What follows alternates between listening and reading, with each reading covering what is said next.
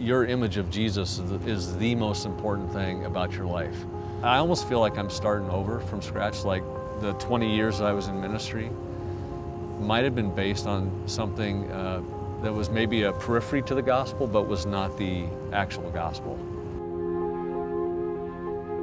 Why sacrilege? The first question was, who is Jesus? I actually bought a new Bible because I wanted to kind of restart the whole journey. I was trying to blank slate it. And as I just started underlining stories, one after another, then I whispered, sacrilege. I immediately went and looked it up to see if it was a bad thing, and it wasn't, or at least to me it wasn't. Sacrilege is actually where you start to take the religion out of something, or you begin to tear down what might be a false assumption about what is actually holy. Jesus is maybe the most powerful iconoclast, which means image breaker. What would happen if we called a disciple somebody that becomes like Jesus versus somebody that just knows things about him? If Christians actually become like him, then there should be a sacrilegious element to us as well. In those things, you actually start to go, oh, holy crap, that could actually change the world. It has that power. It at least can change your family. It could change those relationships we care about. What do you think people misunderstand?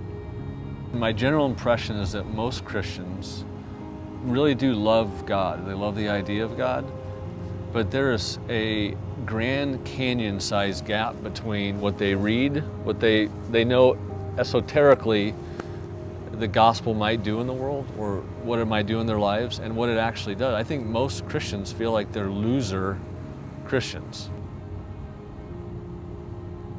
I wrote this for real people, that they would recognize that there's a whole different story that they might not have heard either. So Sacrilege is a book about what? Sacrilege is a book about following Jesus without any religion. You're going to learn how to be sacrilegious with sin, sacrilegious with Scripture, sacrilegious with church, what it means to be sacrilegious with your family and your family values. It's really about Jesus upturning everything. Is that why you flipped the bird?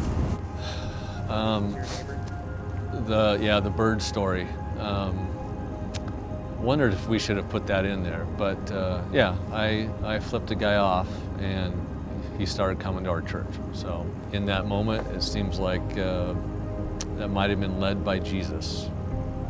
You can be the judge after you read the story.